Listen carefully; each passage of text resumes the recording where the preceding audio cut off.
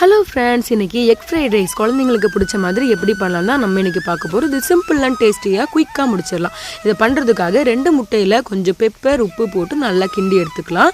இது ரொம்ப வேகணும்னு அவசியம் இல்லை. ஓரளவுக்கு நல்லா உதிரியாக வந்துட்டாலே போதும்.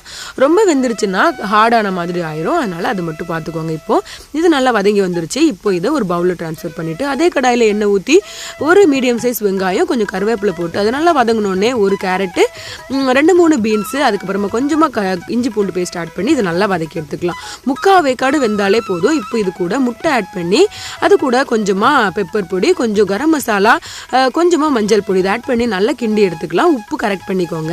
இப்போ இதில் நான் எங்கள் வீட்டில் வடித்த சாதம் தான் ஆட் பண்ணியிருக்கேன். இந்த வடித்த சாதத்துலேயே ரொம்ப சிம்பிளாக குயிக்காக நீங்கள் மார்னிங்கே பண்ணி பிள்ளைங்களுக்கு லஞ்ச் பாக்ஸாக கூட ட்ரை பண்ணலாம். இல்லைனா மத்தியானம் டைம்லேயும் நீங்கள் குழந்தைங்களுக்கு வீட்டில் இருக்கிற குட்டி குழந்தைங்களுக்கு சாப்பாடு கொடுக்கலாம். ரொம்ப டேஸ்ட்டாக இருக்கும். கண்டிப்பாக நீங்கள் ட்ரை பண்ணி பாருங்கள்.